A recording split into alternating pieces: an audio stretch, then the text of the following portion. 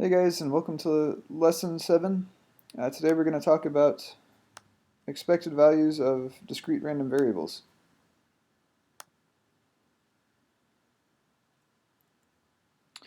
Before we get into that though, let's review the definition of an image of a function.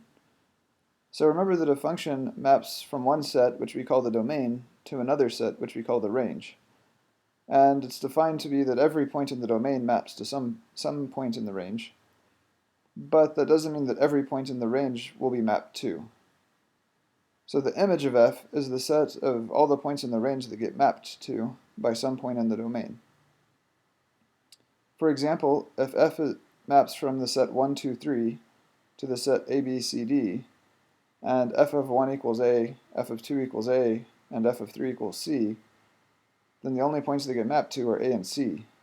So the image of the set 1, 2, 3 is a and c, but b and d are not in the image because nothing maps to b and nothing maps to d.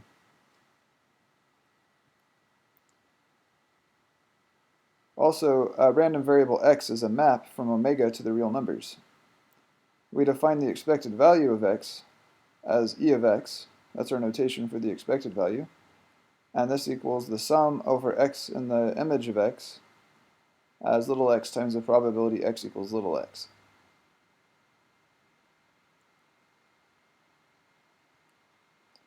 So let's go back to the example from last time. We flip a coin 3 times, and omega is just the sample space of outcomes. We could get a heads, heads, heads, heads, heads, tails, and so on. And x is just going to count the number of heads. So x of heads, heads, tails is 2, and x of tails, tails, tails is 0. So x is a function from the sample space to the real numbers. We want to find the average number of heads that we're going to get if we flip 3 times. So what we're going to use is our definition of expected value. E of x equals 0 times the probability x equals 0, plus 1 times the probability x equals 1, plus 2 times the probability x equals 2, plus 3 times the probability x equals 3. So we're summing over every element in the image of x. We only consider the outcomes that are possible, 0, 1, 2, or 3 heads. We don't sum over all the real numbers, even though x is a function to the real numbers. And then when you plug in the values, you'll get 3 halves, or 1.5. So on average, you would have 1.5 heads whenever you flip 3 times. So that's what we call the expected value. I know the name's a little bit counterintuitive because we obviously don't expect to get 1.5 heads if we flip a coin 3 times. But expected value is the name that we use for average value in general. So e of x is a real number that represents the average value of the random variable x. If c is a constant, then let's compute what the expected value of c times x is.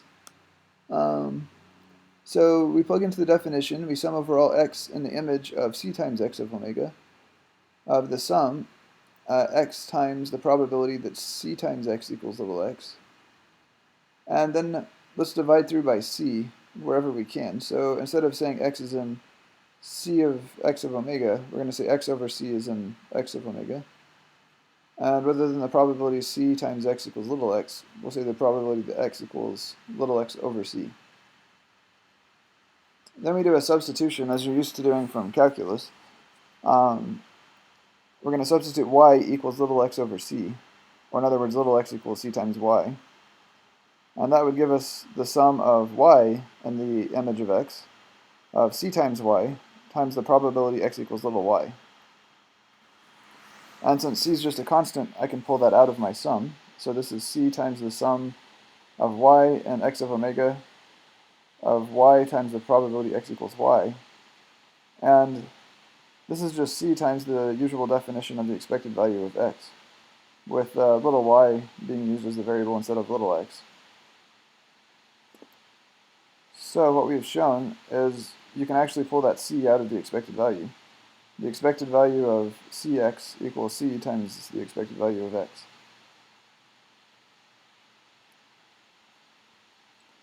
We also have an alternative view of expectations. You could sum over all little x's in the image of x, or you could just sum over all the sample points. So we plug in all the sample points at little omega, into the probability of little omega times x of little omega. So the probability of little omegas, if you sum these up this way, will be the same thing as the probability x equals little x. The only difference is this one uses the preimage of little x. And x of omega would be the value of little x.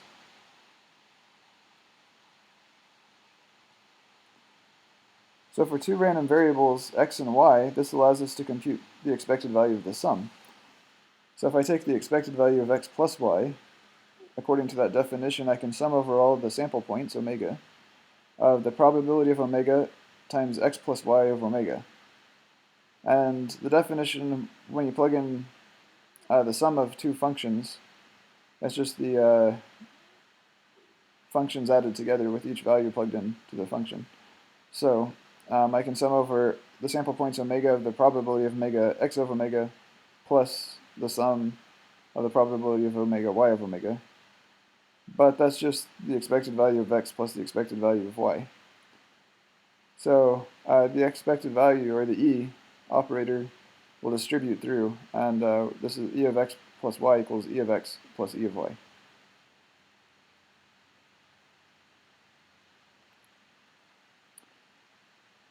Finally, we can do composition of functions as well.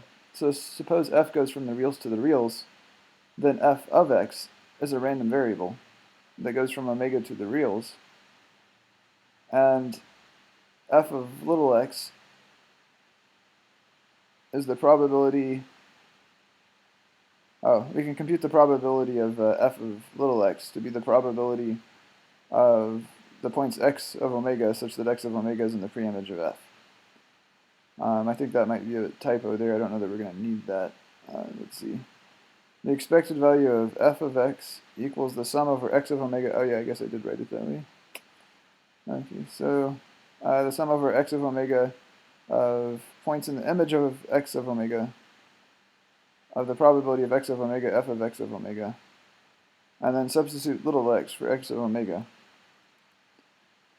And we have the expected value of f of x is the sum over all x's in the image of x of f of x times the probability x equals x.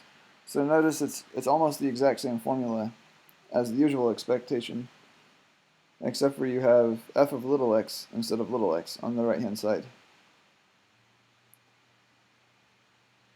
Alright, I'll see you guys in class.